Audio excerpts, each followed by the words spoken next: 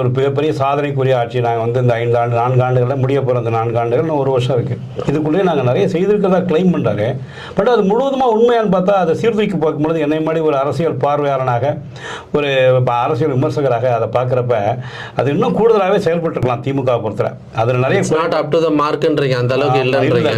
காவல்துறை மானிய கோரிக்கை நடந்துகிட்டு இருக்க சமயத்திலேயே ஒரு காவல்துறை உதவி ஆய்வாளர் வீட்டில் தாக்குதல் நடக்குது. அதை கூட இன்னைக்கு லேடி சப் இன்ஸ்பெக்டர் நடக்குது. அவங்க கணவர் தாக்கப்படுறாரு.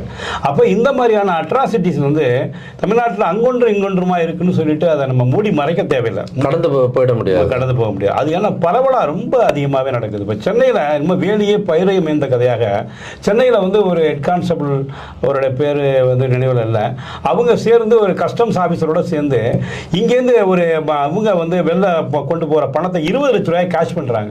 25 லட்சம் பாரிஸில் வச்சு பிடிச்சி